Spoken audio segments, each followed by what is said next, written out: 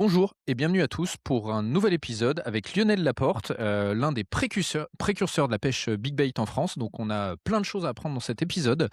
Lionel, c'est pas le gars qui parle le plus, c'est pas le gars le plus expansif du monde. En revanche, d'un point de vue technique, c'est un gars redoutable. Et d'ailleurs, je l'ai kidnappé pour un deuxième épisode qui sortira dans quelques jours sur la chaîne Lagrange de Tom Sawyer pour nous faire une espèce de masterclass big bait avec pas mal de conseils techniques très pointus. Et d'ailleurs, il en a distillé tout au long de cet épisode, donc j'espère que ça vous plaira. Et restez bien jusqu'à la fin. Il nous fait 2 cadeaux à la fin de l'épisode pour voilà, ceux qui nous ont regardé attentivement jusqu'au bout. Donc j'espère que ça vous plaira. C'est parti pour un nouvel épisode avec Lionel Laporte. Bon épisode! Bonjour à tous. Aujourd'hui, j'ai le plaisir de retrouver Lionel Laporte. Bienvenue Lionel. Salut. Alors Lionel, c'est pas le pêcheur le plus médiatique que j'interviewe, mais tu m'as été demandé par plusieurs personnes en commentaire. Donc déjà, ça c'est une des raisons. Après, je me suis quand même un peu renseigné. On m'a dit, il va falloir que tu réussisses à le faire parler. C'est un timide Lionel. Donc aujourd'hui, on a ce défi de réussir à extraire tout ce qu'il y a à extraire. Et du coup, pour commencer, Lionel, est-ce que tu peux te présenter et nous dire qui tu es? Ben moi c'est Lionel Laporte. J'habite à Lunel, entre Nîmes et Montpellier. Mhm. Quoi, parce que j'ai un magasin de pêche qui s'appelle Ambiance Pêche aussi, qui Ok. est à Lunel. Je l'ai depuis 2006, donc j'ai ouvert mon shop à 26 ans Ok. et je pêche depuis tout petit, depuis l'âge de 8 ans. C'est vrai? Comment Après, ça a commencé justement? Raconte-nous ça. euh, comment ça a commencé? Ouais, ça a commencé que mon père pêchait la truite au toc. Et au début, ben, je le suivais en fait. Je me mettais derrière lui, je regardais comment il faisait. Et un jour, j'ai eu ma première canne à coups. Que c'est que j'ai monté mon petit bouchon toulousain. Mmh. Et donc il m'a laissé faire et j'ai attrapé des sauterelles dans le champ à côté de la rivière. Et il y avait un robot. J'ai jeté ce bouchon avec cette sauterelle et d'un coup, j'ai vu le Toulousain plonger et là, j'ai ferré, il y avait une truite de presque 30 centimètres et ben c'est parti de là en fait. Et c'est parti. Ma Et maladie est tu étais partie là. déjà dans cette région-là? Ben, mes parents habitaient en Lozère et après ils ont divorcé et mon père habite toujours en Lozère et ma mère est venue dans le sud. OK. Et du coup, comment ça a grandi cette passion-là? Raconte-nous un peu le déroulé. Ben donc ma mère a rencontré mon beau-père qui pêchait aussi Mmh. et qui pêchait un petit peu la truite. Donc ben on remontait en Lozère pêcher la truite et un jour je me souviendrai, je crois que c'était la veille du 14 juillet. J'avais 13 ans et il dit tiens on va pêcher au Vidrol, c'est la rivière à côté de chez moi. Au vif, mais on n'avait pas de canne à vif, donc on prenait des cannes téléréglables et Mmh. on mettait des vifs et on pêchait au vif. Et à l'époque, moi, je m'étais lancé dans la pêche du bass, parce qu'au Vitor, il y en avait plein. Et je prenais mon vélo et j'allais pêcher les blacks. Et donc, il y a mon beau-père, on cale les cannes avec les vifs au bout. Et d'un coup, sur ma canne, il y a, je sais pas, il y a ouais, comme une touche, et puis ça bouge plus. Et le bouchon coulissant, il était légèrement sous l'eau. Puis c'est resté là quoi pendant 10 minutes, il y a rien qui a bougé. Et moi j'ai pris ma canne à l'heure, je suis allé faire un tour pour essayer de faire des black bass. Et pour te dire, on avait le frein desserré, on mettait même pas le fil à l'élastique.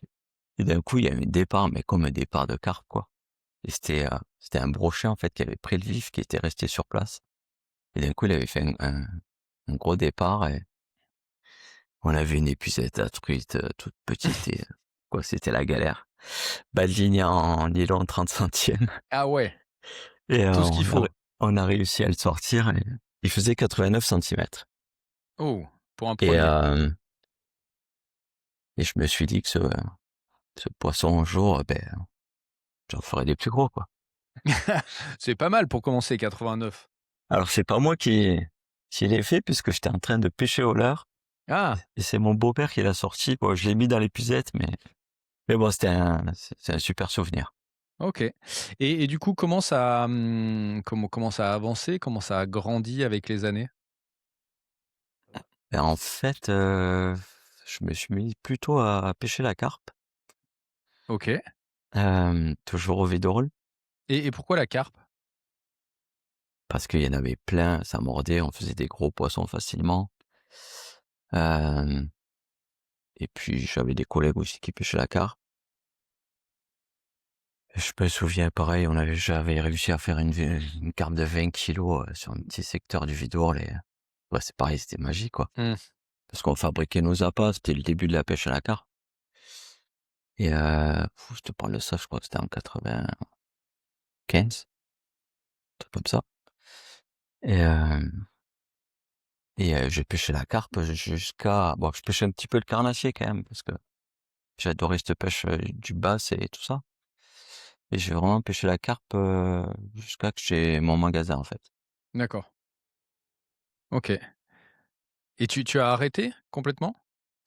Et ouais, après j'ai monté le shop et faute de temps, Ah, la carpe, c'est chronophage ouais, un la peu. carpe, en plus, moi, j'allais amorcer à l'avance, j'allais sonder les spots avant de les pêcher, quoi. OK. C'était un peu trop... OK, donc Donc je pouvais plus pêcher la carpe comme je voulais. ouais, Et ça fait que je me suis mis à mes premiers amours, le carnassier, quoi, au leurre. OK. Mais donc en 2006, j'ai vraiment repris le leurre. Puis au début, on pêchait le leurre au leurre avec des petits leurres comme tout le monde. J'avais un leurre chez Ilex qui marchait super bien, c'était le Diving Chubby.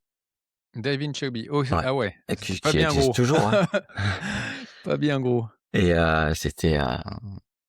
on faisait plein de poissons, quoi. On s'éclatait.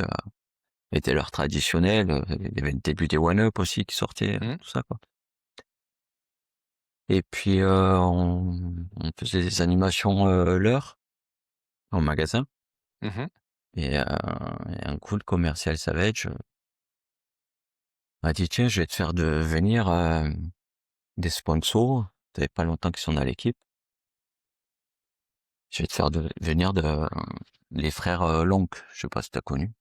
Non, ça me dit rien. Mais en fait, c'était les précurseurs, les vrais précurseurs de la pêche au big bait.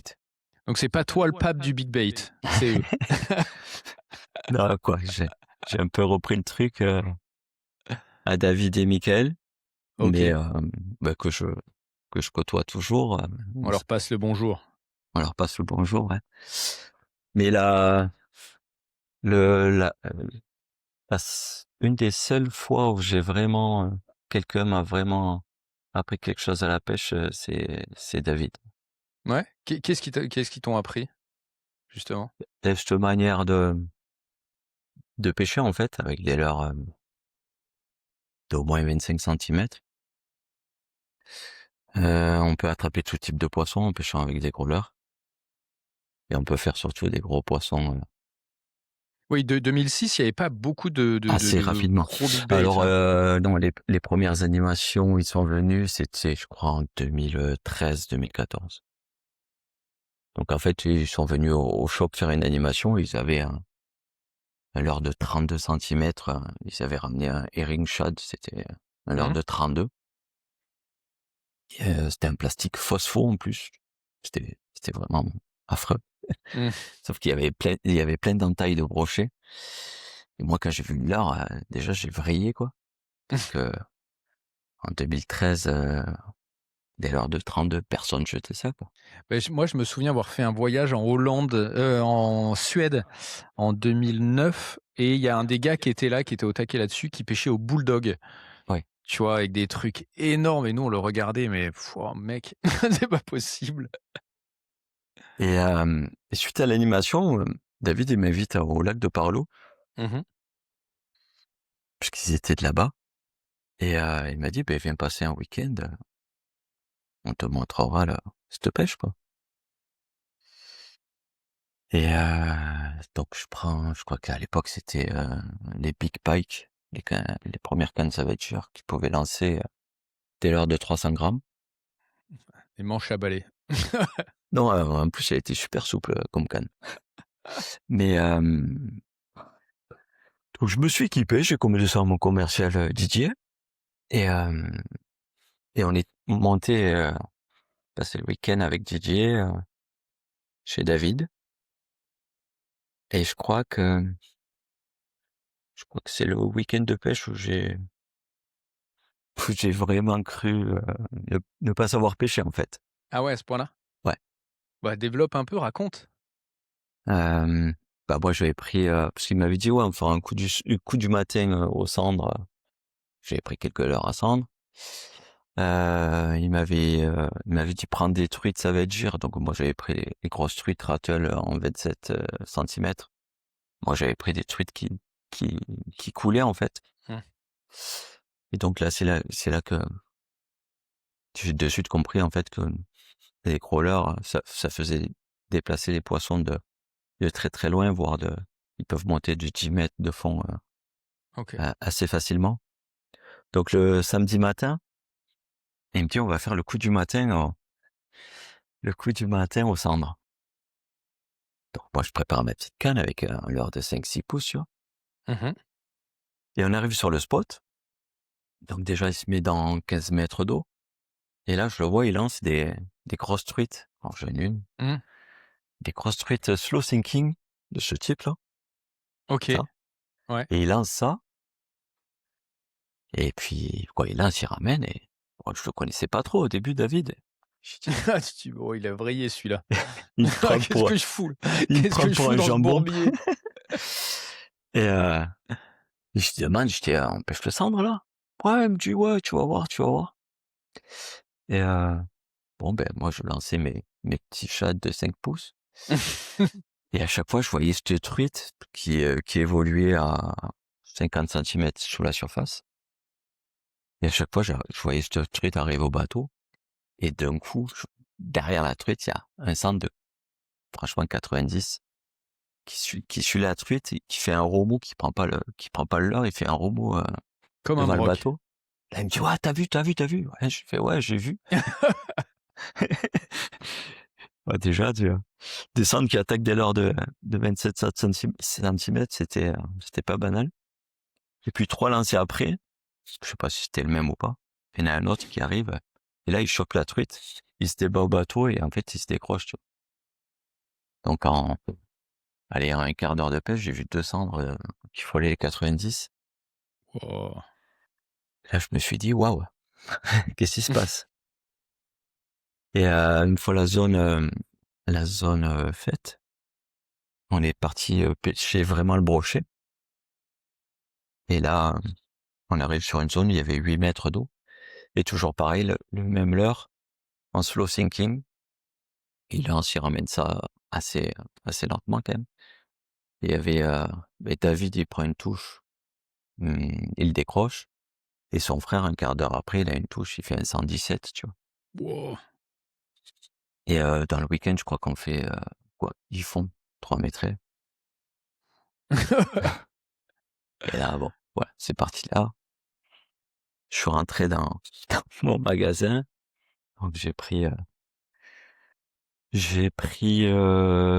d'autres leurres, effectivement. Et le week-end d'après, ils allaient au Salagou. Ils m'ont proposé d'aller avec eux. Et je pouvais y aller que le dimanche matin. Et le dimanche matin, je fais 4 poissons de plus de 80 et je fais un 107 Ouf. dans la matinée. Avec toujours la même approche, gros leurre, quasi sous la surface. Exactement. Et puis c'est parti là, quoi. Parce OK. que en 2013, je crois que c'était, quand tu fais une matinée avec 4 poissons de plus de 80 et un 107 à côté, Mmh. je suis revenu au magasin, en fait. C'était un Et peu puis la sur des guerre. plans d'eau comme le Salagou qui sont pas évidents et cetera, Ouais, à l'époque, en si? fait, les poissons, ils étaient pas pêchés, donc quoi, pas avec des gros leurres. Ouais. Donc au tout début, c'était super facile. Tu m'étonnes. Chaque Waouh. plan d'eau que tu attaques qui sont pas pêchés au grôleur, en fait, ça appelle les poissons tellement loin et ils attaquent forcément. OK. Et du coup, c'est là où ça vrille un peu. Tu apprends d'autres choses au-delà du de comment dire? De pêcher finalement, peu profond alors qu'il y a du fond et cetera. Est-ce que tu tires des enseignements déjà de ces 2 premières sessions avec eux? Bah, au début, en fait, à cette époque-là, les poissons, ils étaient pas pêchés, donc tu as l'impression qu'ils réagissent à un peu à n'importe quoi tellement que c'est gros. En fait, OK. du moment où ça déplace de l'eau, tu as l'impression que le brochet va attaquer le leurre. Heu, Et juste qu'on se figure bien, parce qu'on part là-dessus, mais est-ce que tu peux nous caractériser, peut-être qu'on y reviendra, mais ce que c'est qu'un gros leurre? Parce que tu disais qu'à l'époque, les gros leurres, moi je me souviens, c'était, bah, les Buster Jerk, les Freddy qui faisaient 17 centimètres, et cetera. Tout le monde trouvait ça déjà énorme. ouais, Là, toi, tu rentres dans une matrice où le leurre, il fait ça 300 commence. grammes, OK, 300 grammes. Waouh! mmh, voire OK. 350. Faut faire de la muscu, là. Tu vois, un ring shot 32, souvent, il y avait une TP de au moins 80 grammes. Ça OK. faisait des leurres, de 350, Et grammes. donc tout ça en lancer ramené? Tout ça, on s'est ramené. Après, je vais pas dire tous les secrets à David, mais des fois, il mettait des têtes plombées de 160 ou 200 grammes sur des ring shots de 32, justement pour pêcher rapide. En fait, à OK. l'époque, il avait tout compris, quoi. Parce que, ça déclenchait les attaques de pêcher super rapide. OK. On va y reparler. Il y a plein de secrets qu'il faut que j'aille gratter.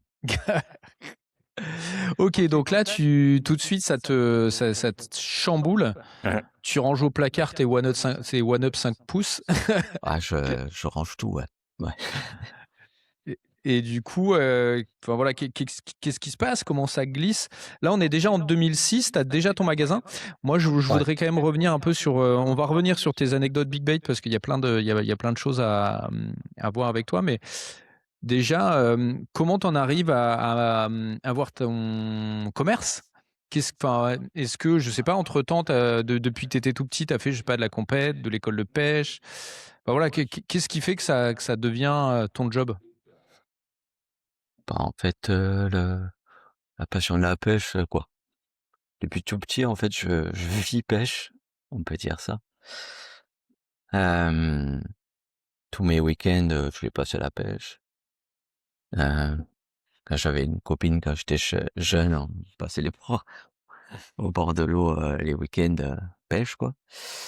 Hem, après moi, j'ai fait les compagnons. J'ai pas du tout OK, pris un virage pêche, assez tôt, quoi, professionnellement, on va dire. J'ai fait les compagnons dans la ferronnerie OK. et j'ai fait une partie du Tour de France, pour ceux qui connaissent. Mmh, je vois. OK, avec quelle spécialité? Ferronnerie, ah oui, F tu m'as dit, ferronnerie. OK, ferronnerie, ouais. OK, pas facile. Non. OK, et pourquoi t'as pas poursuivi cette voie et que tu es allé Bah, ouvrir en ton fait, j'ai eu commerce? l'opportunité de travailler, dans un magasin de pêche. OK, comme vendeur, classique. Ouais, OK, et 2 ans après, ouais, c'est allé super vite, en fait. Il y avait un local à louer et je suis allé voir le proprio, il était libre et je suis allé voir la banque et petit crédit et OK. je me Quelle suis taille lancé, le j'avais 26 ans, j'ai dit: «Pourquoi pas?» OK, Il y a rien à avec perdre, quoi. et du coup, ça c'est pas parlant pour tout le monde. Est-ce qu'on peut en savoir un peu plus sur la taille de l'investissement? J'avais fait un épisode, je mettrai au-dessus, avec Julien Jacoyot, qui est à l'autre bout de la France, mais qui nous parlait d'histoires de rentabilité et cetera. Sans rentrer là-dedans, à 26 ans, c'est quoi l'investissement, pour toi? Parce qu'on se rend pas compte, mais à côté de certains commerces, la pêche, moi je me souviens de mon pote à Paris qui avait sa boutique.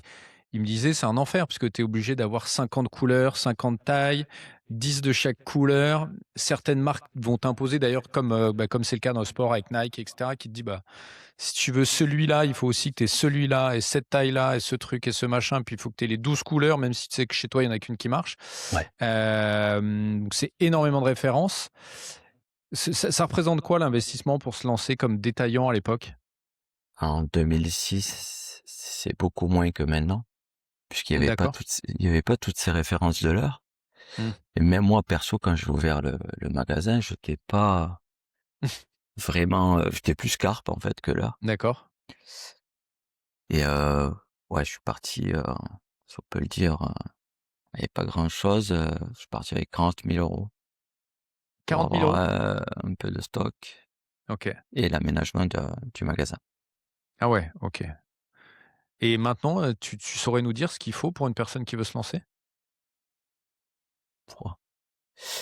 Après, ça dépend de la surface qu'il va avoir, mais 150, 200 OK. Et minimum. d'ailleurs, est-ce qu'il vaut mieux, être spécialisé? Est-ce qu'il vaut mieux une grande surface? Est-ce que tu peux nous éclairer sur ce qui marche bien dans le commerce, dans la pêche? Mmh, moi, petit à petit, en ayant le magasin, au début, tu veux faire un peu comme tout le monde et en fait, il faut pas, quoi. C'est C'est quoi comme tout le monde? c'est mon avis après, Ouais, non, mais c'est important. hem, bah, vendre un peu de carpe, vendre un peu de leurre, vendre, un peu de mer. Ouais, gratter Faut un peu être, de tout, quoi. multifonction, mais en fait, tu bon, tu pas bon, bah, vaut mieux être bon dans une partie de ton shop et vraiment être «très bon» entre guillemets, OK, que être, pas bon de partout, en fait. C'est ce ouais. que je pense. Après moi, j'ai pas un magasin de 600 m² non plus. Tu as combien? Moi, j'ai 200. 200, d'accord. Ouais, c'est Donc limite. je fais bien la pêche au carnat, je fais bien la pêche au big bait. Après, je fais plein d'autres pêches, on fait la carpe, chez mon vendeur Jean-Christophe, qui assure parfaitement le rayon carpe.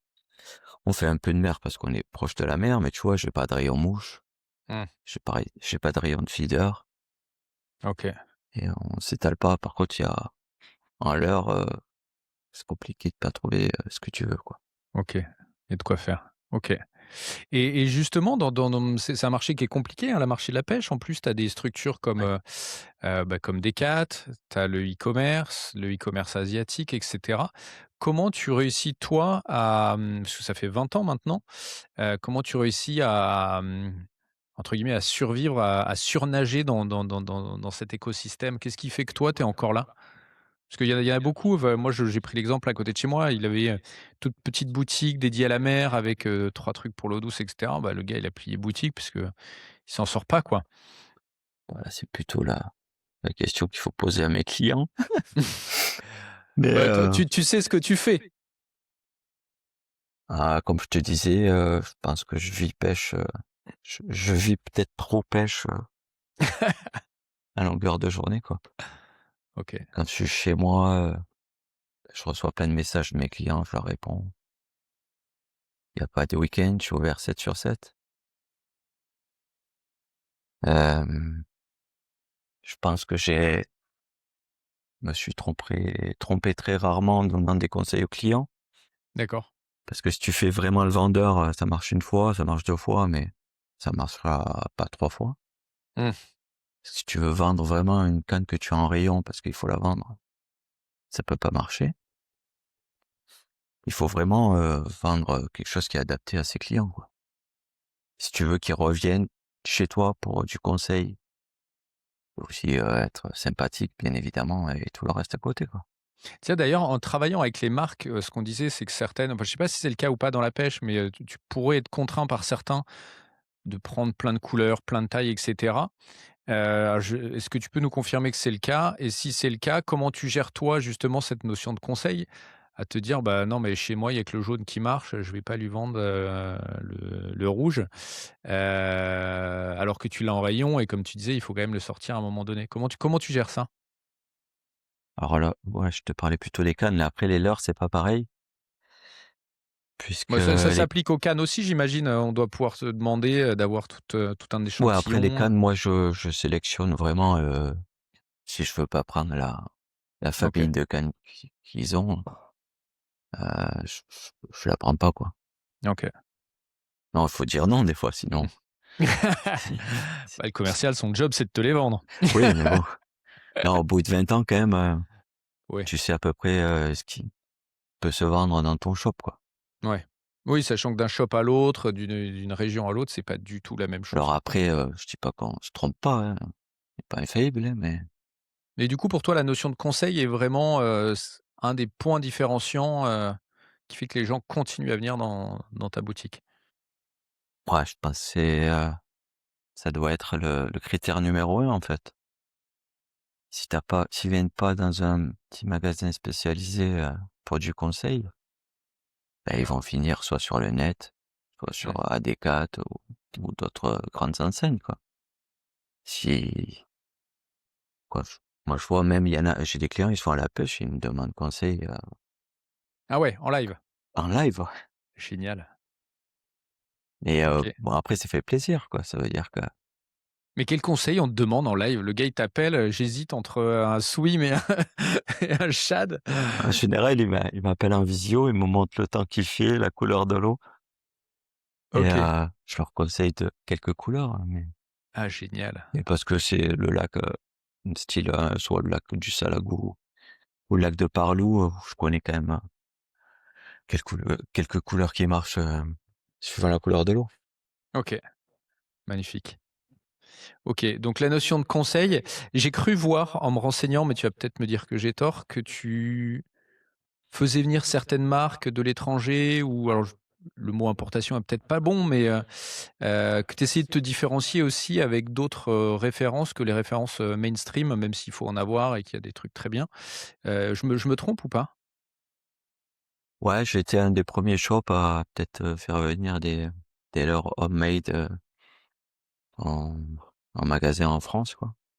Du Un peu. homemade français, du homemade, étranger, Au début, j'ai fait venir les premiers que j'ai fait venir, en fait, c'est les Wall Creek fait Ah main. ouais, ah je l'adore, j'adore. Le 30 centimètres et le 25 ils sont Donc redoutables. il y a du les premiers que j'ai fait venir, c'est 34 et 29 centimètres.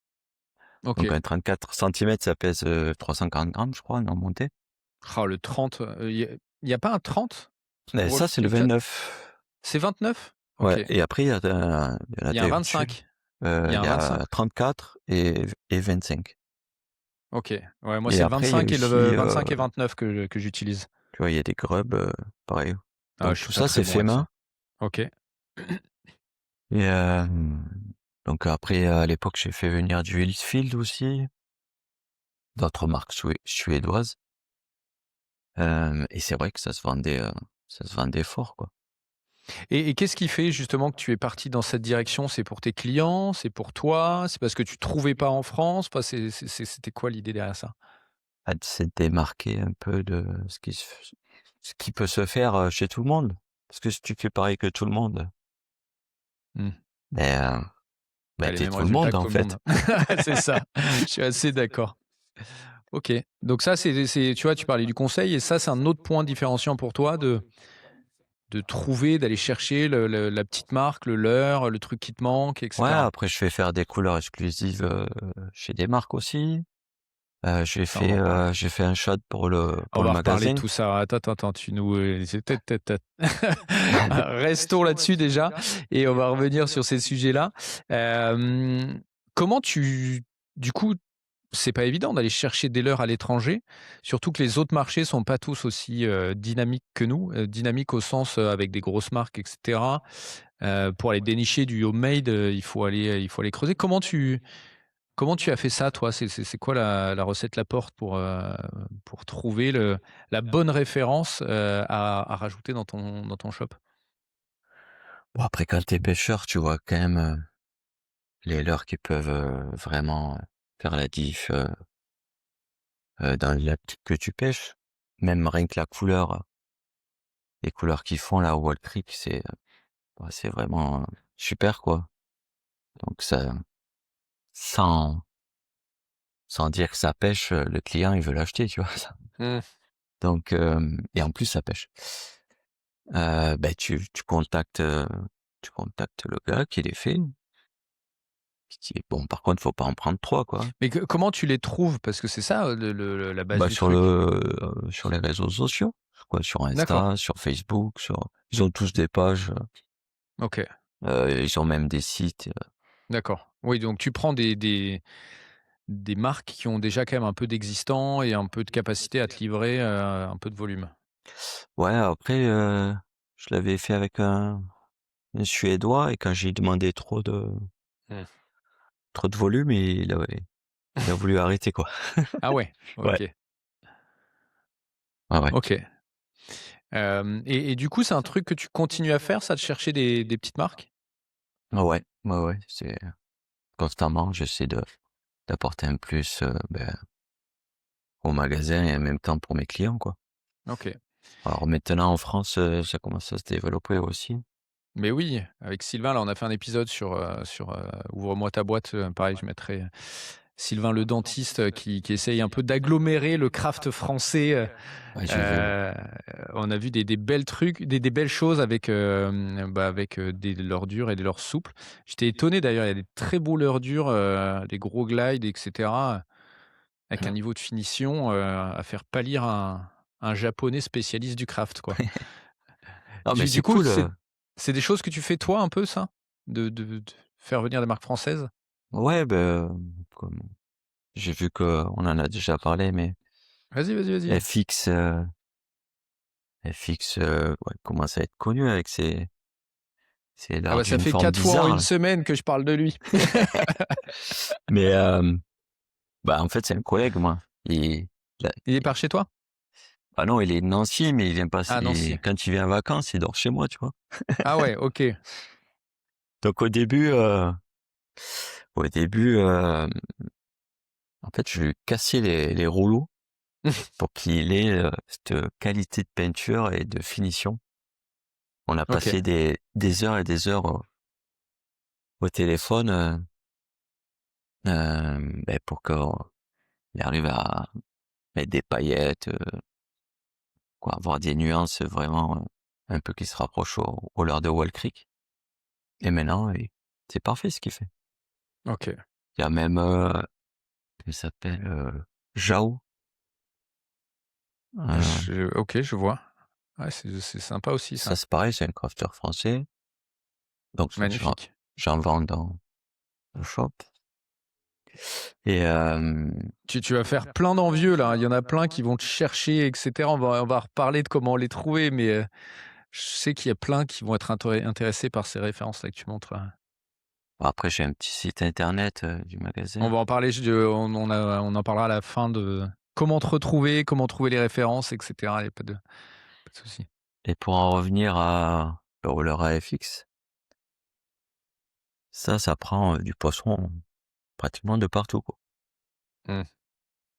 et on peut l'adapter, derrière des leurres, on peut pêcher seul, on peut le surplomber, on peut pêcher très léger, c'est vraiment un bon leurre et OK. après, moi j'ai développé mon shad. Ah, mais ça, il faut qu'on en parle. Qu'est-ce que c'est que cette histoire? J'ai développé mon shad, pour le magasin parce que, pareil, toujours une idée de se démarquer et d'avoir un shad qui déplace, un très, très grand volume d'eau. Pas forcément très grand parce que il y a des clients, ils veulent pas pêcher, avec des leurres super lourds. Donc j'ai essayé de faire un shad de 23 centimètres, Un mini big bait un finalement. mini big bait, mais qui déplace énormément d'eau avec un OK. gros, gros paddle. OK, avec une gomme un peu tonique et OK. Exactement. Donc Et tu prochainement, le il y fais aura que quand en même 23? un Ah non, tu as un 27. gros. Un 27, OK. Ça, Ouais. c'est la bonne taille ça, 27.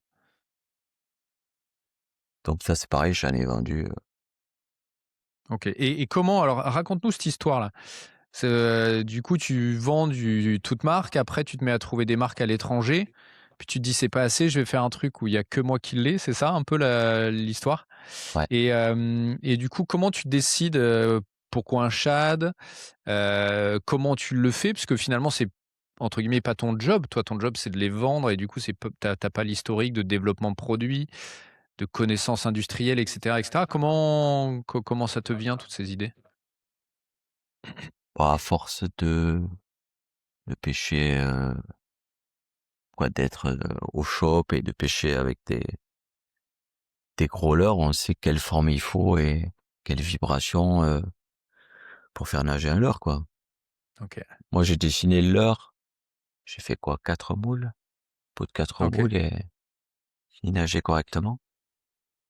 Tu l'as dessiné au crayon? Ouais. OK. Après, j'ai trouvé quelqu'un qui me l'a fait En 3D? en 3D sur un programme là, parce que pour faire le moule après, quoi, Bah faut oui. l'imprimer et si t'as pas le 3D, ça marche pas, quoi.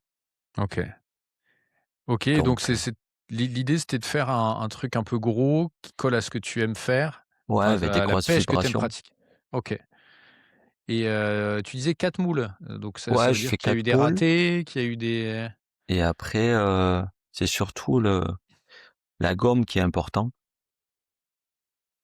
parce que si elle est souple, ton leurre, il nage pas pareil. mmh.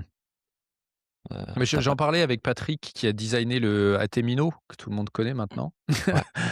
ouais, On parlait du nouveau où j'ai entendu plusieurs dire: «Ah bah, c'est pas là, il nage pas pareil» et cetera, et lui me dit: «Bah oui, il y a une histoire de température de cuisson, de telle proportion, dans telle couleur, tu mets pas les mêmes, quantités de tel ou tel produit parce que le blanc va être plus ou moins rigide que le noir et cetera ou avec les paillettes», ouais. et il arrive à un niveau où ça devient un peu une science, en fait, de sortir le bon leurre. En fait, ta dureté de plastique, c'est ce qui va faire la nage de ton leurre, souvent. Si tu mets du blanc, ça s'appelle les shores, c'est la dureté du plastique. Un leurre, opaque blanc, en fait, il va être très souple. Mmh. Si tu le fais transparent avec des paillettes, les paillettes, elles durcissent ton plastique. Donc si tu gardes, le même plastique et ton leurre, il est plus raide et il déclenche moins vite. OK, Donc logiquement, quand tu mets des paillettes, effectivement, faut mettre un plastique de base un poil plus souple. OK, Hem, faut savoir, que quand tu le fabriques, 2 mois après ou 3 mois après, ton plastique est durci. Il a pas la même rigidité d'accord. et 2 ans après, ton plastique, il est encore plus dur.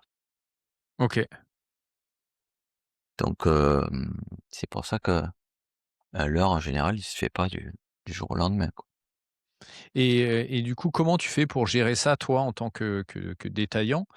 Tu disais plusieurs moules. Qu'est-ce que tu as amélioré? Qu'est-ce qui te plaisait pas et cetera?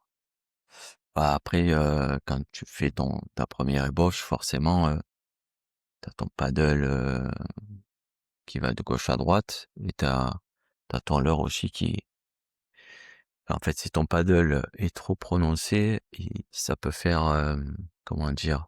Comme une cuillère, ça La peut tourner. stabilisation de ton leurre sans plomb, parce que moi je voulais qu'il Mmh. nage sans plomb, hem et ça déstabilise trop ton leurre si ton paddle est, admettons, trop gros, oui, ou trop épais, quoi. Donc après tu joues avec la dureté du plastique, mais aussi, la forme de ton paddle OK. et aussi la forme de ton ventre pour stabiliser ton leurre. Mais ouais, c'est à force de Mmh. j'avais dès lors que tu le vois, quoi. Mais O et qu'est-ce que tu voulais qu'il ait de particulier, le tien, versus les autres chats qui existent? bah, je voulais qu'il attrape des poissons, en fait. Mais ça veut dire quoi? Ça veut dire que les autres chats que tu vends, ils attrapent pas de Si, poissons? si, non, mais en fait, je voulais mon chat à moi, au shop, qui attrape des brochets et qui déplaçait, beaucoup d'eau. Voilà, après je voulais pas quelque OK, chose de ça existe pas le leurre miracle, mais je voulais mon leurre, pour le shop, OK. hein. OK, donc tu disais 4 moules, et maintenant comment tu fais? Tu coules ça le week-end chez toi, Non, j'ai pas le temps de non, c'est mon collègue qui me les fait, quoi. C'est FX c'est FX qui te les fait aussi? OK, qui me les coule, ouais. et enfin, quel volume c'est indiscret de te demander le volume que tu en vends à peu près, chaque année? La 1re année, j'ai dû en vendre, 600. Ah ouais, Après, FX, il avait pas le temps de tu vas le mettre en burn-out, le pauvre.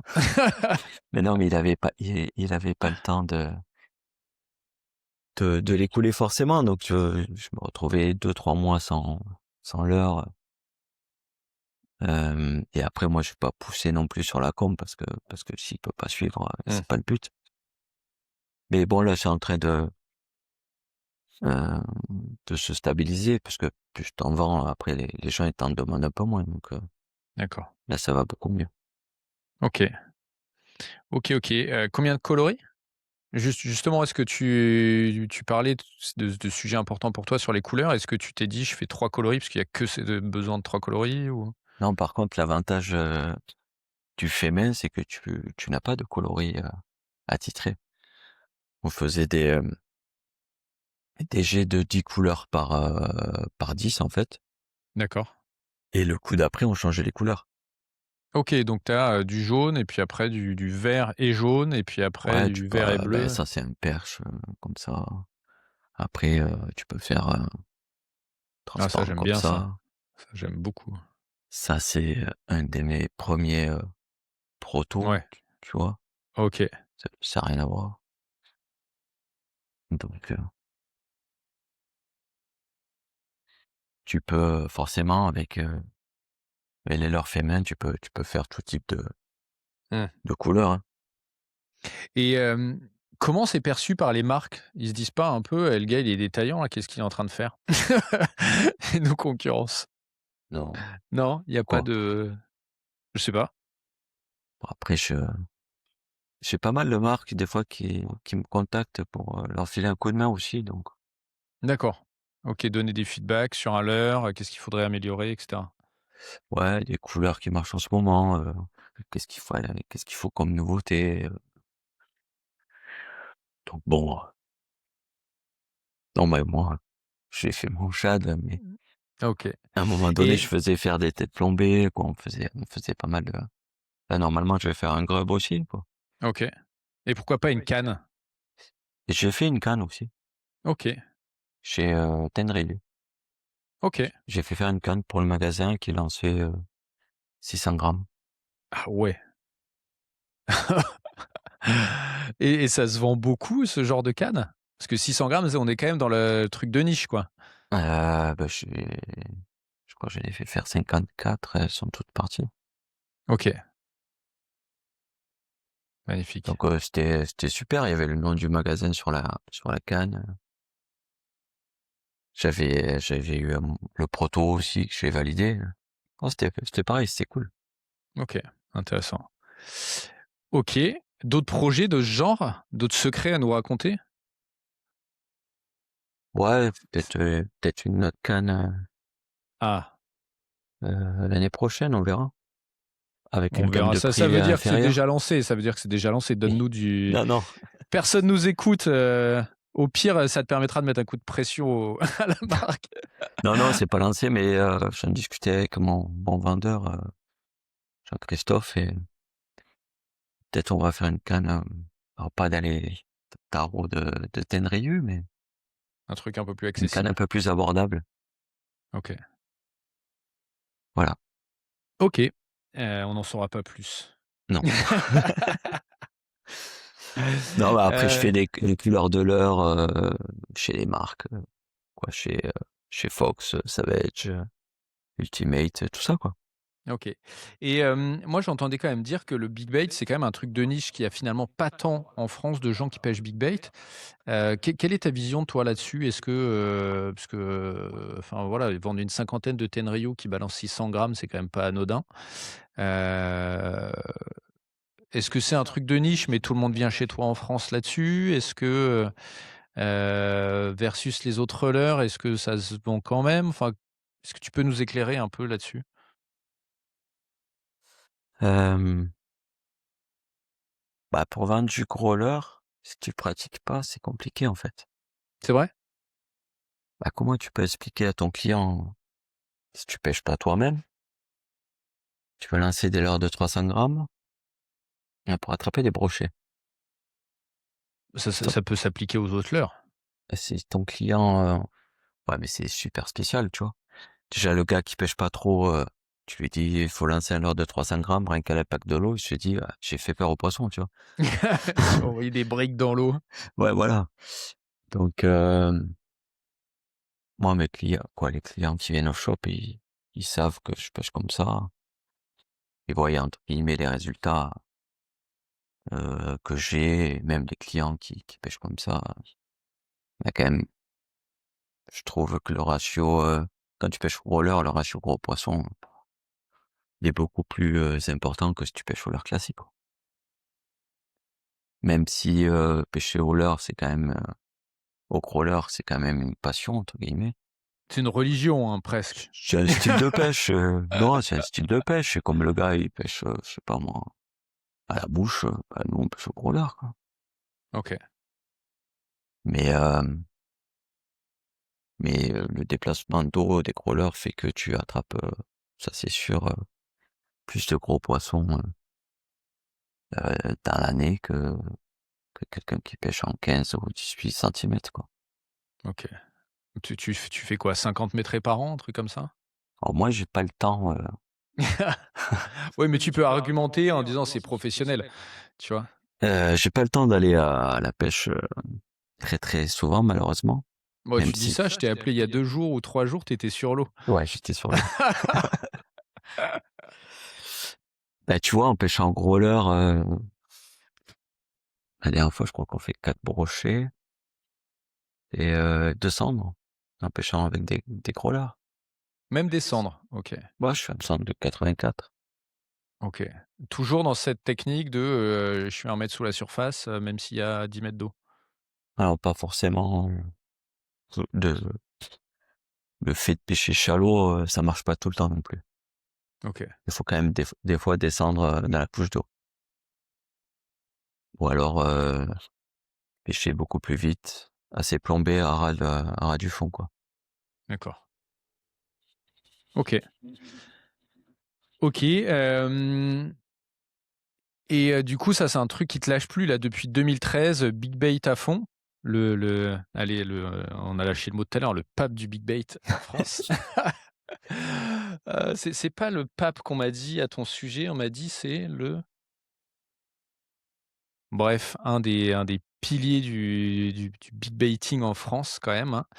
Hem, comment ça a évolué? Qu'est-ce que tu as enfin voilà, parlons un peu de cet univers parce qu'on est comme tu disais, c'est une pêche à part entière. On n'est plus dans la pêche au leurre classique avec des leurres de 15 centimètres, ou de 12 centimètres.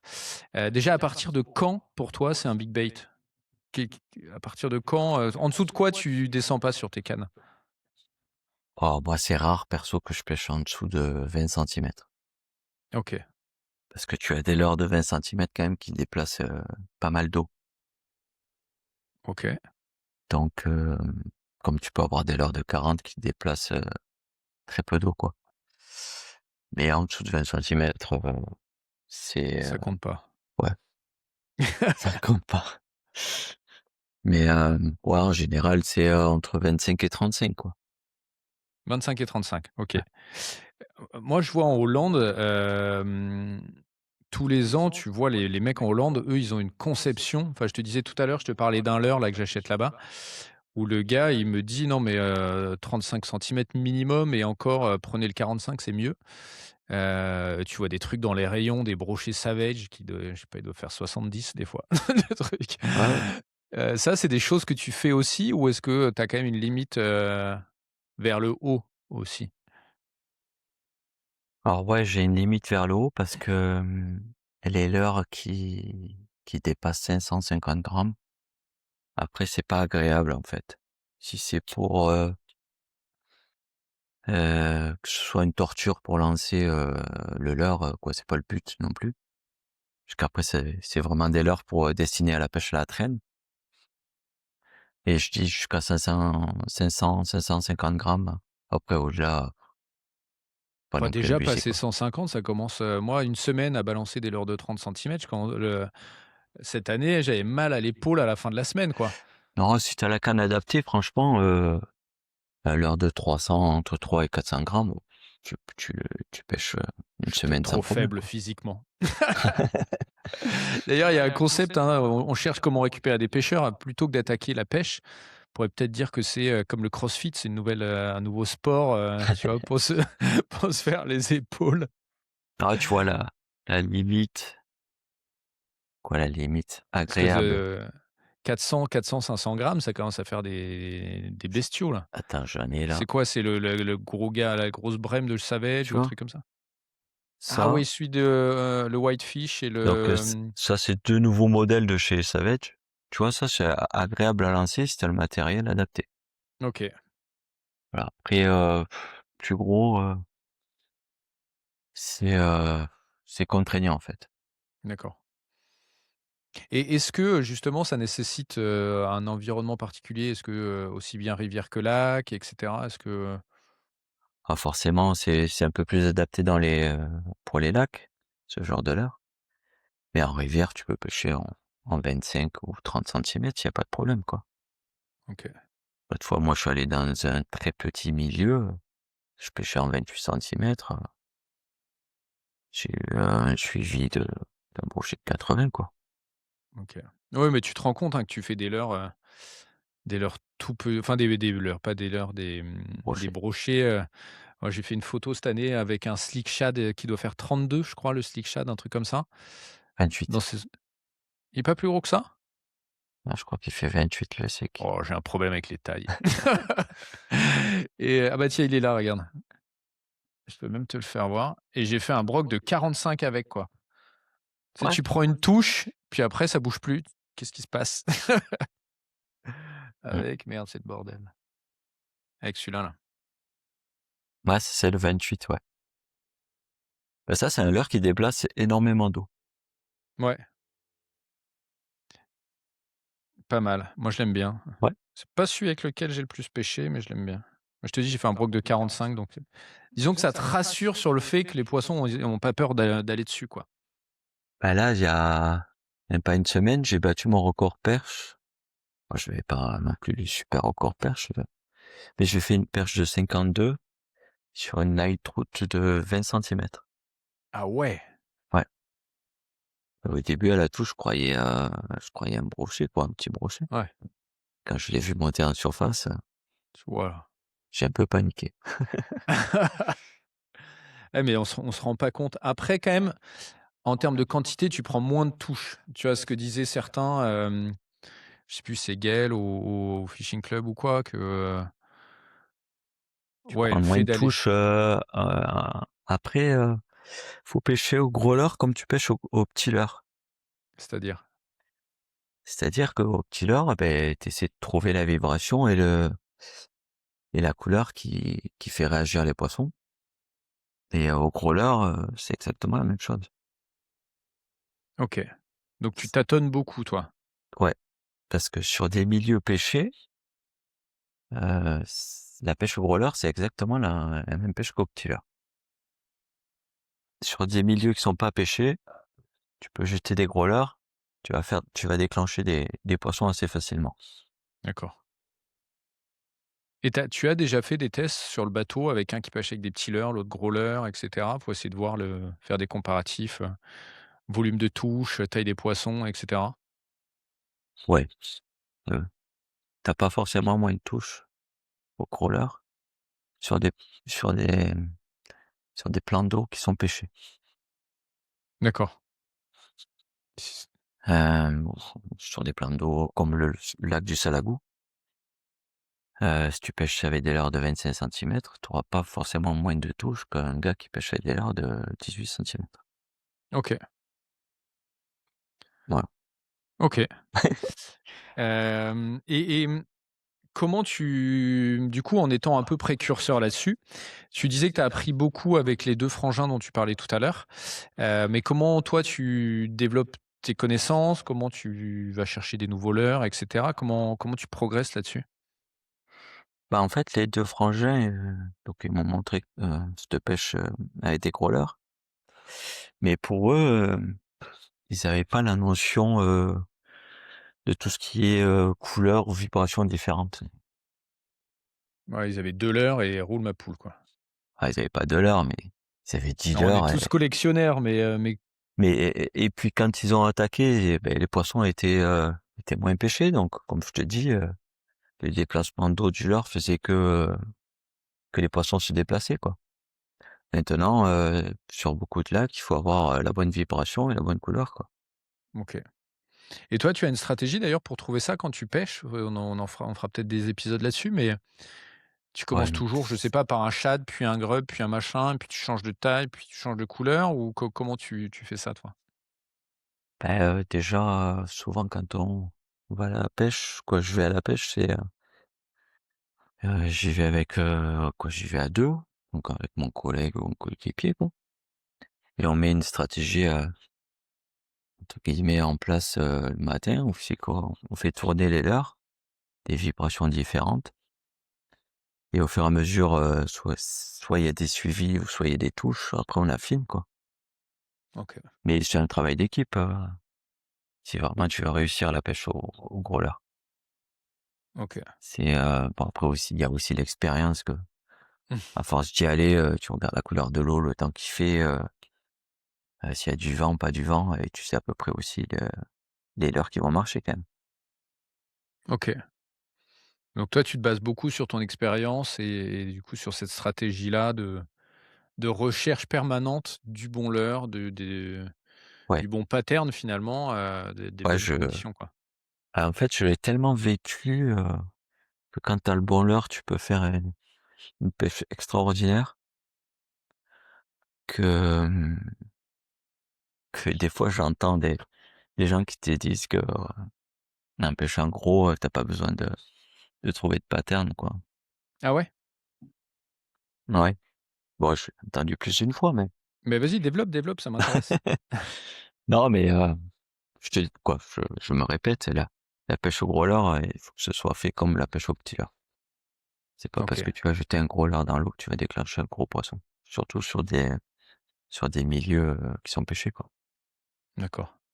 Moi, j'ai vécu, allez, un exemple. Allez, je vais en revenir, avec une histoire avec les 2 frères.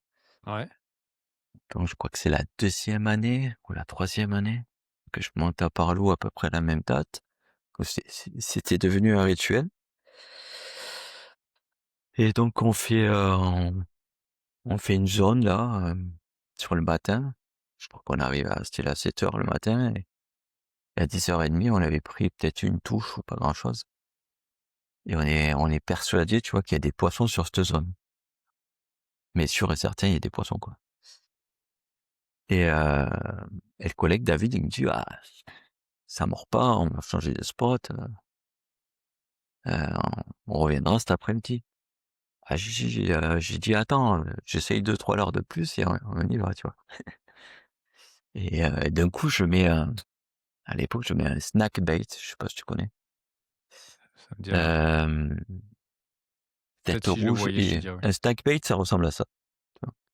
OK, Ouais, ça OK, je vois. n'existe plus, Ouais. mais ça ressemble à ça, et le leurre, il était blanc avec une tête rouge, et donc du moment où je mets ce leurre, 1er lancer, je fais un poisson. Je décroche, petite photo, je relâche. Je te jure, deuxième lancer, je refais un poisson. Au troisième lancer, j'ai une touche, et après, je crois que je fais 5 poissons style en 1 heure. Ah ouais, On est passé de rien à et moi, je mets ce leurre, je fais style 5 poissons, et tout le monde à côté est toujours KO. Il y a eu sûrement un petit pic d'activité, et mon collègue David est pêché au gros spinner, et il a un suivi d'un gros, gros poisson, tu vois? Tu vois, j'ai un suivi d'un 120, tout ça. Histoire véridique. mmh,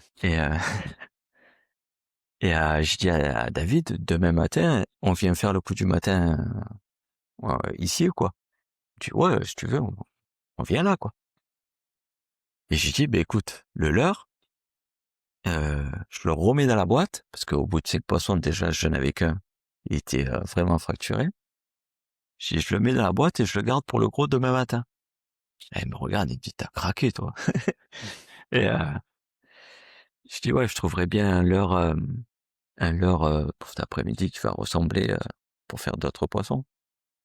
Et le lendemain matin, 6h30, on se pointe là où il a eu le suivi. Je remets l'heure de la veille. au 2e lancer, je fais le poisson qui l'a suivi et il faisait 120. Waouh, Ouais. propre. OK. Et, c'est là où tu vois vraiment quand tu mets le gros leurre, le bon leurre, c'est Et selon toi, c'est quoi? C'est la couleur? C'est la vibration? C'est la taille? Des fois, 2 centimètres, ça peut peut-être changer? C'est quoi?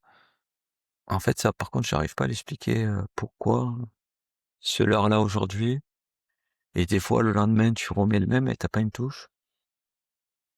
Ça, ouais, je pense que c'est un mix entre, la couleur de l'eau, le temps qu'il fait, la luminosité, la pression atmosphérique et pareil, il y a la lune des fois qui y joue, mais ça je peux pas l'expliquer. OK. Tu notes? Tu as des carnets de pêche, des choses comme ça? Heu, non, OK. c'est, Même pas une application? Ouais. Bah, c'est bien de tête, mais on finit par en oublier et cetera. Tu vois, là, je discutais avec mon pote, parce que hier soir, j'ai fait une super sortie, au bar. ouais, Heu, Vraiment une sortie enfin, tu vois, on pêche du bord de nuit dans les cailloux, on n'en fait pas souvent des comme ça. Je fais 10 poissons, tous, dans le même calibre et cetera et je fais des SMS à mon pote ce matin, il me dit: «Ah mais c'est toujours à cette marée-là qu'on fait des grosses quantités. Le reste de l'année, sur le même spot, on fera 3-4, mais jamais on en fait une dizaine», et tu vois? Bon alors c'était un prétexte pour qu'on y retourne ce soir. ouais. Mais mais mais tu vois, il y a des trucs comme ça qu'on maîtrise pas sur les saisons, ouais, sur les spots et cetera. Tu sais pas pourquoi ils tournent à cet endroit-là précisément à ce moment de l'année, Bah, après tu vois? aussi avec le shop, j'ai quand même un retour de mes clients qui, mmh, quand il y a plusieurs équipes qui me disent: «Ouais, on a pêché à ça, ça, ça», je fais aussi Mmh, le retour des infos et oui, des fois ça m'arrange, quand je vais à la pêche, tu je gagnes me du dis: temps. «Lui, il a touché à ça, à ça, à ça», j'y vais, je fais quelque chose qui ressemble un peu à ce que j'ai entendu, et ça avance, quoi. Et il y a pas un côté frustrant de se dire: «Je file tous mes conseils, tous mes secrets» et en fait, sur le même lac, on va tous poncer la même dérive et à la fin de l'année, il y a plus un fiche Bon en tant après, que détaillant? faut toujours garder une part de mystère. Ah ben on est là pour gratter le mystère. Moi, je veux savoir le mystère. OK. Après Tu il y a parles il y a il y a quand même le positionnement des poissons aussi qu'il faut trouver, quoi. C'est pas ouais. il faut je fais pas de lancer dès lors, quoi. D'ailleurs, ça, c'est un truc qui m'interpelle beaucoup sur la pêche big bait, tout ce qui est, pêche au live, là, tu vois? Notamment sur les grands lacs où ils pêchent les poissons dans quelques mètres d'eau alors qu'il y a 40 ou 30 mètres ou 50 mètres d'eau. Hem, Qu'est-ce qui détermine que les poissons vont être plutôt sur une zone ou une autre? Parce que finalement, quand les poissons, ils sont, je sais pas, à 5 mètres de profondeur sur le Léman, le Bourget, ou je sais pas, je connais moins le Salagou. Enfin, je connais pas ces lacs-là précisément, mais tu visualises bien le côté très profond et puis les poissons qui sont vraiment dans la première couche d'eau. Qu'est-ce qui vous va déterminer ou est-ce que tu sais déterminer, toi, ce qui fait qu'ils vont être plus, au nord, au sud, plus, je sais pas, tu vois, plus d'un côté du lac qu'un autre, tu vois? Les pêches, on va dire un peu Ouais. historiques du brochet, on va aller chercher les cassures, les plateaux, les herbiers et cetera. Là, finalement, tu te retrouves dans un truc où c'est un peu moins ce que tu vises, non? Et du coup, entre peigner l'eau et être sur un spot ciblé, la limite doit pas être très différente. Sur les pêches, au live, ou sur les pêches, traditionnelles? Bah, sur des pêches que tu citais un peu tout à l'heure, où tu pêches la première couche d'eau, tu vois, sur des choses un peu creuses. Je pense que le live a permis de voir qu'il y avait finalement plus de poissons que ce qu'on pensait dans les premières couches d'eau. Mais Alors, tu vois, la question, c'est qu'est-ce qui va déterminer qu'ils vont être à un endroit du lac à un autre? Ou est-ce que ça se trouve, ils sont tous partout? Enfin, tu vois, toi, tu parlais du Salagou. Est-ce que tu vas aller chercher des zones spécifiques ou tu dis: «Bah, non, de toute façon, je les prends suspendus, donc je m'en fous, peu importe où je suis dans le lac», enfin, tu vois? et voilà, ça fait partie des secrets, mais, heu, non, mais en fait, T'inquiète, il y a personne qui nous écoute, il y a que mes parents. même en plein eau, en fait, il y a des spots à poissons, pas à brocher. Ouais. Tu as toujours, Après, les lacs alpins, c'est pas pareil, puisqu'il y a il y a le courant, il y a la température d'eau qui change, et c'est pas du tout pareil que le lac du Salagou, admettons, tu vois. Ouais. Mais si je prends mon petit lac du Salagou par l'eau comme ça, en pleine eau, en fait, il y a des spots. Mais justement, comment on sait que c'est des spots de pleine eau? Bah, t'as des structures, même à 30 mètres de fond. Tu as des structures, tu as des ponts immergés, tu as des arbres immergés, tu as une route qui passe, tu as un haut fond. Tout ça, c'est parce que les poissons, ils y sont dans 30 mètres. Euh, je sais pas si t'as déjà pêché au live. Alors en mer. J'en avais Ah un ouais, en sur mon mer. bateau en mer, donc c'est pas du tout pareil. Euh, je pense que les poissons qui sont en pleine eau restent très très longtemps en pleine eau, en fait. D'accord. Les poissons de bordure restent très souvent en bordure. Alors tiens, d'ailleurs, je sais pas si cette info peut t'intéresser. J'ai un pote qui est au taquet sur toutes les études scientifiques, et cetera, sur les poissons. Il s'avère que dans un espace fermé, il y a 2 catégories de brochets. Il y a ceux qui sont tout le temps sur le même spot et qui n'en bougent jamais, Hein. et tu as toute une population, en revanche, qui fait tout le temps le tour, qui fait des tours et des tours et des tours, et et il semblerait qu'il y ait vraiment 2 catégories de brochets. Tu as des sédentaires et des itinérants, et ça enfin voilà, c'est assez marqué. Bah, quand tu vas pêcher au Léman, souvent les poissons que tu attrapes sur la bordure, c'est des poissons ultra massifs. Et ils sont magnifiques d'ailleurs. Et les poissons que tu prends en pleine eau, ils sont un peu plus maigres, un peu plus D'accord. allongés. Donc tu vois de suite deux sortes de poissons. Euh, ouais, au Salagou, quoi que Salagou est dans plein lac en fait. En pleine eau, il y a des spots où tu y passes souvent. Où on a tous des points. Tu passes sur ton point et tu vas retrouver des poissons pélagiques souvent dans la même zone, quoi. Mais D'accord. comme en bordure où tu vas retrouver souvent des poissons sur ta même zone et tu vas faire 100 mètres de bordure, il n'y a rien et tu arrives là, tu sais pas trop pourquoi, et tu fais souvent ta touche, quoi. OK. Mais en pleine eau, en fait, c'est pareil. À Donc part tu ce vas type quand d'eau. même aller chercher les structures du fond, c'est un indicateur pour toi? Ouais, ouais, ouais. Oui, puisque je pense qu'il y a les brochets, je n'arrive pas à déterminer à combien leurs spots de repos peuvent être en profondeur. Mais je pense que il y a des poissons au repos, ils sont sur le fond à 30 mètres. OK.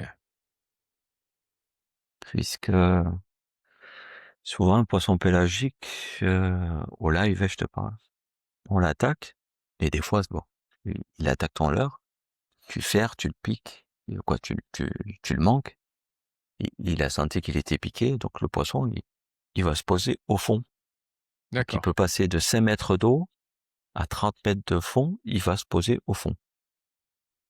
Et tu attends des fois 5 minutes. D'un coup, tu vois, je sais pas si c'est le même poisson, hein, mais d'un coup, tu vois ce poisson-là remonter à 5 mètres sous la surface. D'accord, et revenir, OK. Et quoi, cette capacité qu'ils ont à passer de très vite de 5 mètres à 30 mètres, c'est quand même assez hallucinant. Moi, ce qui me fait dire que à 30 mètres d'eau, il y a des postes à brocher, quoi. OK.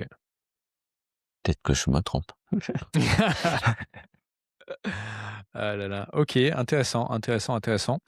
On fera un épisode sur, enfin plusieurs d'ailleurs, parce que j'ai depuis tout à l'heure, je note des idées. J'ai au moins 4 ou 5 idées de sujets qu'on peut faire ensemble. Et on fera ça sur mon autre chaîne, La Grange de Tom Sawyer, un peu plus orientée technique. Mais, est-ce que tu as vu des évolutions avec les années sur, la pêche big bait? Oh oui, oui. Ouais. Bah, l'évolution, c'est ce que je te dis depuis un petit moment, c'est qu'au début, mon petit lac du Salagou ou ailleurs, les poissons, moi j'ai vendu des cannes à des clients qui lançaient 300 grammes, je leur vendais une truite savage de 30 centimètres. C'était la première fois qu'ils allaient lancer des big baits. Dans la matinée, ils faisaient leur poisson de 115. Et puis que du bonheur, ils me ramenaient une bouteille de Mmh. champagne au magasin pour me remercier. Et c'était super, quoi. Sauf que maintenant, c'est plus le cas, puisque les lacs, ils sont de plus en plus pêchés.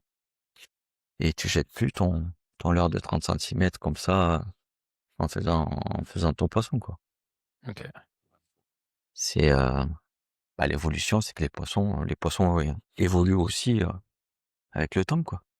Et tu as pas, du coup, je sais pas, la volonté d'aller encore plus gros ou, de changer radicalement ou Plus gros, ça va être compliqué, comme je te disais, après c'est pas agréable. d'aller vers des Chercher leurres d'autres à poil, tu vois? Par exemple, des trucs énormes. Je vois, je crois que c'est sur Fly vs Jet qu'il y a une année, les mecs, ils pêchaient avec, 2 ou 3 murasses les unes collées aux autres. Ça fait des trucs mais immenses. je l'ai déjà fait ça. Ouais. Mmh. Et ça, c'est pas une alternative à des poissons qui sont habitués à voir tous les shad de la terre, passer devant eux? Seul avantage, c'est que tu peux pêcher hyper lentement sur ta zone, en pêchant avec des leurres, à poil. Mais sinon, je pense pas que ce soit le pattern à utiliser quoi, tout le temps, quoi. D'accord. Si les poissons réagissent sur des proies, qui stagnent vraiment, oui, ça peut être une alternative. Faut demander à Puisque Mathias, c'est quand on a fait la vidéo ensemble, il m'a fait un Crazy Rabbit de 35, je crois. Peut-être des trucs à faire. ouais, après Ou c'est un essayé, mais 45. moi, je te parlais leur, type, mouse, Ouais, hem, vu que ça déplace beaucoup d'eau, oui, puisque avec devant le c'est plat la et tête tu plate, ouais. plus les poils qui tirent l'eau, et tu peux le ramener super lentement, ça oui, ça peut jouer, si les poissons veulent ce genre d'animation, quoi. OK. OK, magnifique. L'autre jour, je sais pas si c'est un sujet que tu veux aborder ou pas, mais on a un peu abordé le sujet de la mortalité,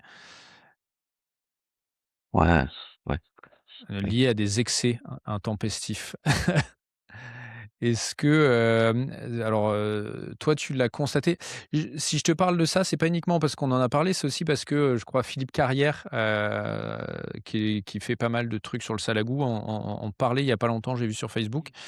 Est-ce qu'il y a une raison particulière? Est-ce que c'est parce que les eaux sont trop chaudes? Est-ce qu'il y a des dérives des pêcheurs? Est-ce qu'il y a des dérives d'autres personnes et cetera?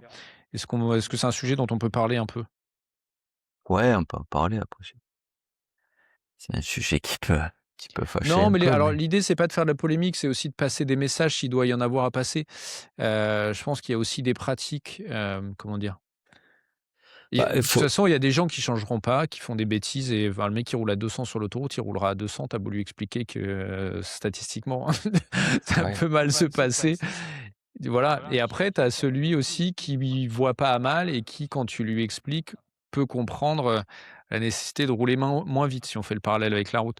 Et l'idée, voilà, c'est pas de stigmatiser, c'est aussi de parler des choses, de s'ouvrir à la discussion et de ouais, non, mais, voir, voilà.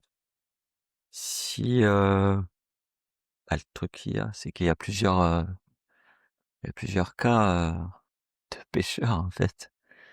T'as le gars qui attrape un gros brochet, il en a jamais attrapé, il sait même pas comment le manipuler et malheureusement, ça prend plus de temps, mais bon, c'est pas forcément de sa faute vu que c'est son premier, donc tu peux pas lui incriminer tout le mais, et ce qu'il faut faire en règle générale quand on est en bateau, c'est d'avoir un tapis de réception pour poser les poissons. Quand on a un gros brochet, de décrocher son poisson, dans l'épuisette, dans l'eau, ne pas mettre le poisson dans le bateau pour le décrocher. Prévoir une longue pince, prévoir une pince coupante au cas où, les hameçons sont dans les ouïes. Franchement, les gants, ça dépend les gants, mais, faut pas mettre des gants en tissu. Mmh. Sinon quand on attrape le poisson, il s'accroche aux ouïes Ah du puis tu poisson. ouais, ouais. Pareil, le gant, quand on frotte le poisson, on enlève son mucus. Quand il fait super chaud, il faut aller le plus vite possible, mouiller le poisson. et avoir son appareil photo, son téléphone prêt pour prendre des photos. Faut pas que voilà, faut éviter que ça dure 5 minutes, même 3 minutes, quoi. Mmh. Chez vous, en plus, il fait vachement chaud. Autant Parce chez que nous, le bah, chez chez nous, nous, l'été, il fait 25. le truc qu'il y a, c'est que la surface, des fois, elle est à plus de 25 degrés. Et sous la surface, là où il y a les poissons, l'eau, j'imagine, j'ai pas plongé, mais l'eau doit être à 20 ou moins de 20 degrés. Mmh mh. Et ça leur fait un choc thermique, ils s'en Ah remettent pas, brutal, je quoi. passe de 20 à 40, en plus 40 Donc, sec dehors là, et après, tu le sors dehors. Donc, si tu mets trop de temps, ton poisson, il est mort. Et C'est le un truc pire, qu'on voit beaucoup sur des lacs du sud. Moi, je suis plutôt moitié nord, donc voilà. mais ça arrive Mais aussi sur les lacs alpins, parce que j'y vais sur les lacs alpins. Ça arrive aussi, quoi. Si tu ouais, mets trop de temps. Mais le pire, c'est ceux qui pêchent en flotte, en fait, qui attrapent un gros brochet, qui ont là une petite épuisette et qui prennent la photo sur le bord de la rive. ouais, qui le Le traînent brochet, il est pendant replié, la petite épuisette, ils y vont en palmant, ils sortent, ils enlèvent leur palme, quoi. Le brochet, il est mmh, déjà mort avant d'arriver sur la rive, quoi. mmh, Et bon, après, c'est comme ça, c'est l'être humain, mais. Et ouais, au Salago, on a retrouvé énormément de poissons morts, d'accord. souvent l'été, parce qu'ils passent un temps fou dans cette couche d'eau qui est à plus de 25 degrés. Ou alors ça met trop de temps pour les photos. Après, ça peut arriver à tout le monde. Le poisson, il attaque le triplé dans Mmh. les ouïes. Malheureusement, oui, ça peut arriver à tout le monde. Ça, c'est. Ça nous est tous arrivé, je pense. Ouais, Même avec des tout petits. Et d'ailleurs, je sais pas si c'était arrivé, moi ça m'est arrivé sur un lac, c'était il y a très longtemps avec Michael Veil, et d'autres potes. Faire un poisson, mais un tout petit, un truc de 45. Il est arrivé tétanisé, plié en 2 là. On l'a remis à l'eau et il est jamais reparti. Il fait Pourtant, une on n'a crise rien cardiaque. fait, il est resté 3 secondes hors de l'eau, tu vois? Clac! Il était, je sais pas ce qui s'est passé. Raide, Ah, tu nous, vois? bon, quoi, moi, ça m'est arrivé avec un 115. Je le mets dans l'épuisette et une fois dans l'épuisette, il fait comme une crise cardiaque. Il Ah est ouais. jamais reparti, quoi. Ah, d'un autre côté, des gros poissons comme ça, ce qu'on oublie, c'est que c'est comme si tu manipulais une grand-mère de 95 ans. Ouais, c'est ça, quoi. Quand tu vas chez le médecin, tu la manipules pas pareil que le médecin, il te la plie pas pareil que le nourrisson, qui est hyper souple et cetera. Donc il y a Mais aussi ce truc-là. voilà, faut essayer de faire un maximum attention à ces gros poissons qui sont Mais magnifiques. pas que aux gros d'ailleurs, hein, en l'occurrence, Oui, même. Mais bon, les tous. crocs, c'est les plus fragiles quand même, parce que c'est des mamies. Mais oui, pas qu'aux gros, forcément. Ouais. OK. Il y a d'autres sujets qui te tiennent à cœur en tant que détaillant, pêcheur, mec du sud? Qui me tiennent à cœur, à l'heure actuelle, c'est pratiquement impossible. Parce que avant, je le faisais beaucoup. Je me suis résolu c'est les spots de pêche, tu vois. C'est-à-dire? Bah, si tu veux, il y a des années, le point spot de pêche, il était connu, mais maintenant, il est archi connu, les réseaux sociaux. Mmh. Il y a un bon spot de pêche, en général, c'est des zones d'euro pro. Il y a beaucoup de poissons, c'est pas par hasard, quoi. Et le problème, c'est que plus ces zones elles sont matraquées, moins on a de poissons, ben, dans nos lacs ou dans nos fleuves, quoi. Mmh. Et avec les réseaux, là, c'est mission impossible. Bah, ça aide pas, ouais, ça aide pas. Moi, je sais que je me suis rendu compte de ça vite avec Facebook où tu te retrouves vite avec deux trois mecs, tu vois? Et tu te dis: «Bah, merde, j'espère être tout seul sur mon caillou». Et tu vois? Et je sais que je fais attention ou alors à mettre en décalage et cetera parce que, ouais, Non, dans mais l'absolu, c'est pas grave de partager oui, mais comme tu dis, en fait, matraquer, ça aide pas le truc. Et finalement, mettre des photos tous les jours ou mettre une photo de temps en temps, quitte à les encore une fois, tu peux les décaler de saison, tu peux faire attention et cetera. ouais, tu peux faire plein de choses, oui. Mais ouais, Le problème, c'est qu'après, on se plaint qu'on a de moins en moins de poissons, et c'est nous les premiers fautifs, quoi. Hmm. Enfin, c'est les pêcheurs. Je le répète, hein, Claude, il a dit il n'y a pas moins de poissons qu'à l'étranger. Ce bon Oui. vieux Claude. On lui passe le bonjour, il est toujours le bienvenu, il veut toujours pas venir, il a lancé son podcast, c'est pas grave. Ok. Tac, tac, tac. Est-ce que tu peux nous raconter ton meilleur souvenir de pêche? Ouais, j'en ai plusieurs, mais Il n'y en a pas un seul qui m'a dit j'en ai qu'un, je te rassure. c'est peut-être mon voyage au Canada. Ah ouais, raconte, fais-moi rêver. Oh là, sur le lac des Esclaves au Nord Canada. Ben, c'est là où tu vois que, en fait, le lac, il est pratiquement pas pêché. C'est le neuvième plus grand lac du monde. Et il y a pratiquement pas de pêcheurs, quoi, de gars qui pêchent le brochet. Et ouais, tu vois vraiment la différence. Quand tu arrives sur un spot, que le guide il met l'encre, c'est que tu arrives à faire 4 mètres sur le même spot. C'est que, et peut-être 15 poissons. C'est que, ouais, bah, chez nous avant, c'était comme ça, quoi. Bon, Quoi, après, c'est immense. Tu compares le Salagou au lac des Esclaves, on n'est pas dans la même non, mais mesure, quoi. moi, oui, je compare le Salagou. Au Salagou, dans ta journée, tu pouvais faire 3 mètres assez facilement au début. Maintenant, c'est hyper compliqué, mais c'est pas que je compare le Salagou, c'est que je compare que quand l'homme n'est pas passé sur un plan d'eau, t'as une population de poissons énorme, quoi. Ouais. Et une fois qu'on y est passé, il y en a beaucoup moins, même si on fait du no-kill. Après, on peut pas s'interdire de pêcher, hein.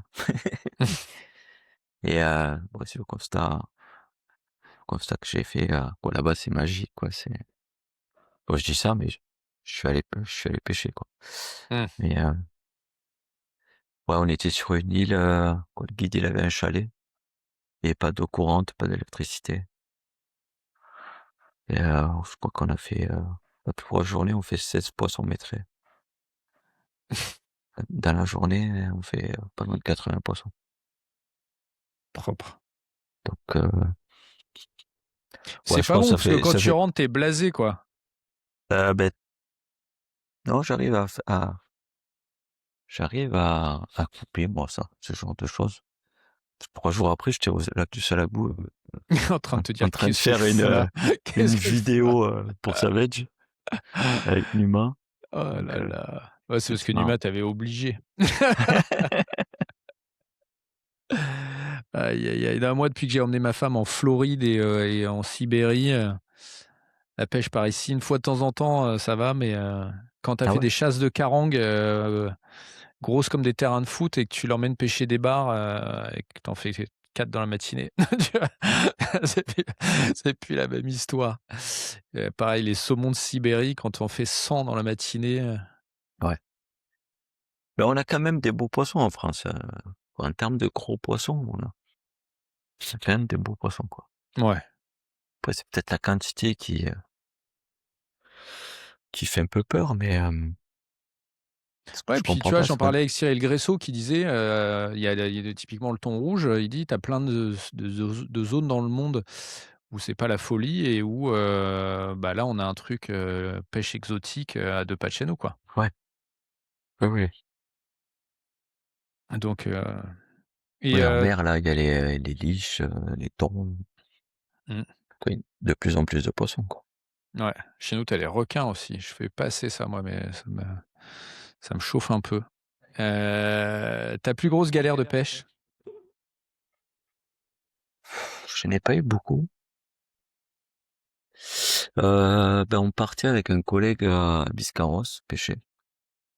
J'ai explosé le pneu de la remorque.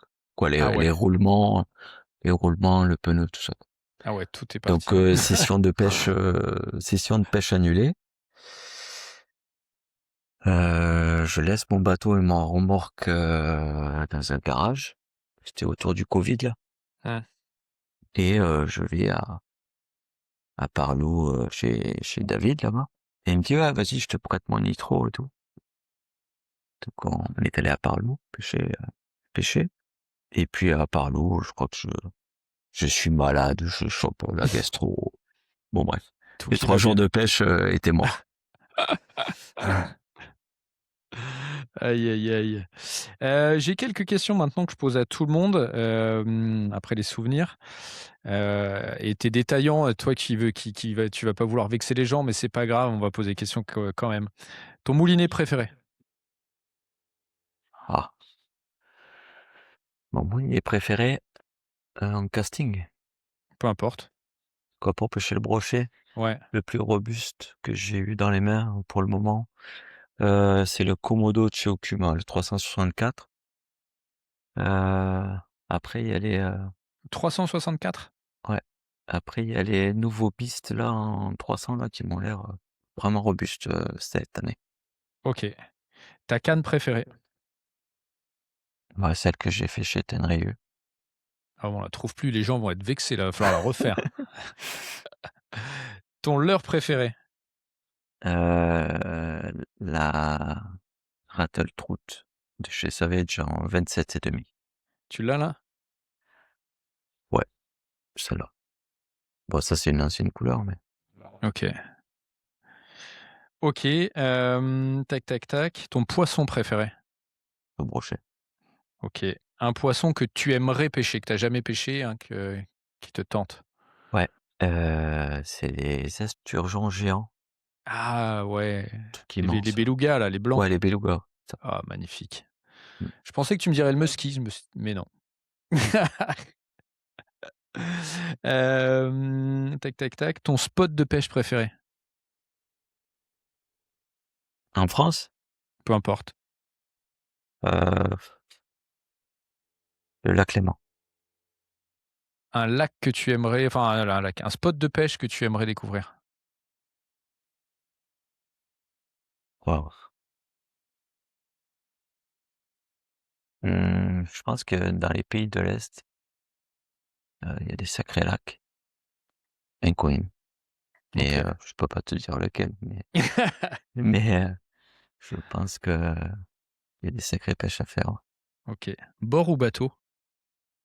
Bateau, OK. Eau douce ou mer? eau Ou eau douce. salée? Eau douce, OK. On est pas mal, hein. On est pas mal là-dessus.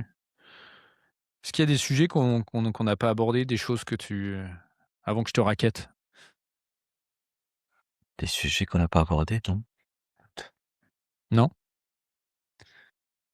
Ouais, je vois pas. Ouais, je suis sûr que si, je suis sûr qu'il y a des trucs que tu as pas voulu dire. J'aurais dû Ouais, il y dire a. ta marque de pêche préférée. Ah bah ça, c'est. Non, non, je rigole, je veux pas te mettre en difficulté. Je veux pas que tu te fasses Non, casser mais la figure. c'est c'est ma marque de cœur en fait. J'ai attaqué la même année que j'ai ouvert le magasin, c'est Savage. OK, Après, ouais. OK. Bon, j'avais pas prévu de te la poser, mais voilà. Aïe, aïe, aïe. Pour terminer, je demande, toujours, enfin toujours, quasiment toujours, si on peut faire un petit truc pour les gens qui nous ont, écoutés jusque-là.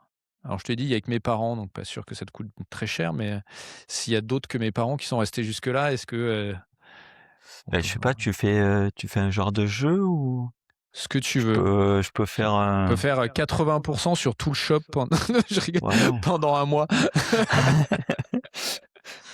Non, à la retraite ça. Non, tu m'as dit que tu avais un e-commerce, donc on peut faire un truc, comme tu veux. Vraiment, il y a pas de Est-ce que si tu veux faire un jeu, je peux offrir des exclus du magasin. OK. Donc il y aura peut-être Sealer. Ah ouais, Euh, je vais jouer alors. bah Je vais écoute, je vais participer. mettre un leurre à FX Ah ouais, et je vais mettre. J'ai des couleurs exclues, alors je les ai pas là.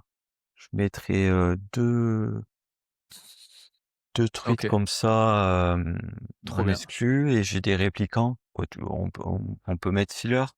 Allez, Bah, tu mettras ce que tu veux, Et et après on peut faire, du moins 10% sur le site pendant 15 ah ouais, jours si tu veux. carrément, OK.